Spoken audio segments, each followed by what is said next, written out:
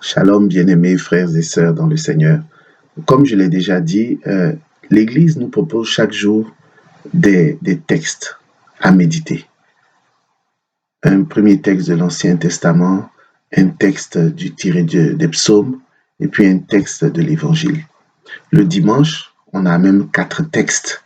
Un texte tiré de l'Ancien Testament, un texte tiré des psaumes, un texte tiré des épîtres généralement, Nouveau Testament, et puis un texte de l'Évangile.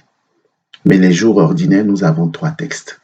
Alors, en ce jour du 2 août 2021, le texte de l'Ancien Testament est tiré du livre des Nombres, chapitre 11. Et le texte de l'Évangile est tiré de Matthieu 14, versets 13 à 21.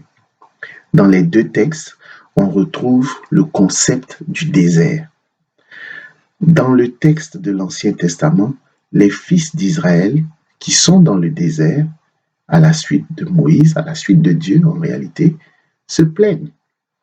Ils sont tannés de manger la manne. Ils regrettent leur vie d'esclavage en Égypte où ils mangeaient de la viande, ils mangeaient toutes sortes de légumes, des concombres, de l'ail, des oignons, des melons, des poireaux. Ce qui est c'est très humain, c'est très humain. Et nous sommes comme ça aussi, hein. Nous avons des désirs très humains. Dans l'Évangile, Jésus se met à l'écart et puis des foules le suivent. Il est pris de compassion, il guérit leurs malades. Le soir venu, les disciples s'approchent de lui et lui disent: nous sommes dans un endroit désert. Vous voyez, le désert revient. Nous sommes dans un endroit désert et le soir est tombé, la nuit tombe.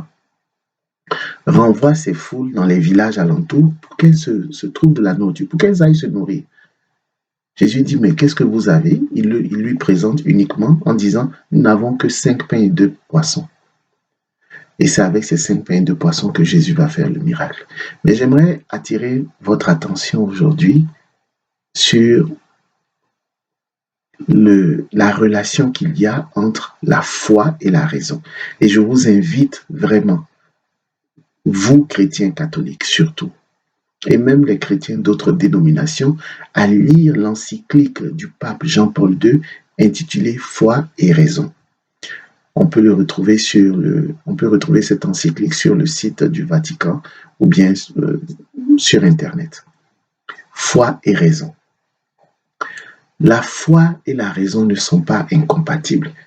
Je ne ferai pas l'histoire ici, mais notre société, l'évolution de notre société a séparé la foi et la raison. Mais la foi et la raison sont inséparables en réalité.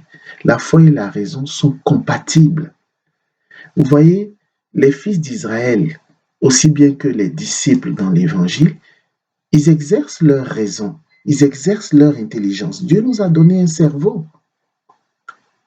Dieu nous a donné une intelligence. Ils exercent leur raison, mais seulement ils se limitent à la raison.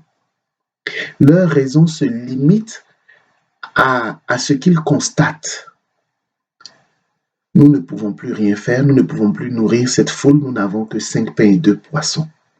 Et il s'agit d'une foule de 5000 personnes, c'est-à-dire les hommes en âge de combattre, sans compter les hommes et les enfants. En réalité, il peut s'agir d'une foule de 12 000 ou de 15 000 personnes dans l'Évangile.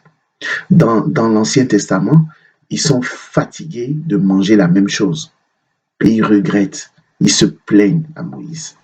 Donc la raison constate des limites, des défis, des obstacles, et elle se bute à ces obstacles. Et c'est là où la foi doit intervenir. La foi doit nous permettre d'aller au-delà des constats, des analyses rationnelles que notre intelligence effectue.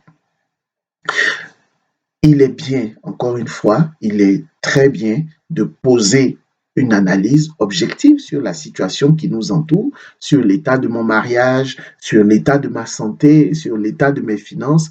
Et je peux voir que vraiment la situation n'est pas glorieuse, mais je ne dois pas m'arrêter là.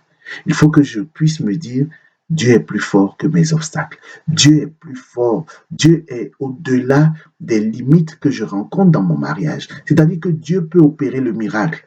Dieu peut opérer les miracles qui vont transformer cette situation de manière à ce que je sois heureux, heureuse. Je ne dois pas me limiter à ce que mes 5 sens me renvoient comme information, aussi objective soit-elle. Je dois me dire avec les yeux de la foi que Dieu peut, au-delà de ce que nous demandons, au-delà même de ce que nous pouvons imaginer.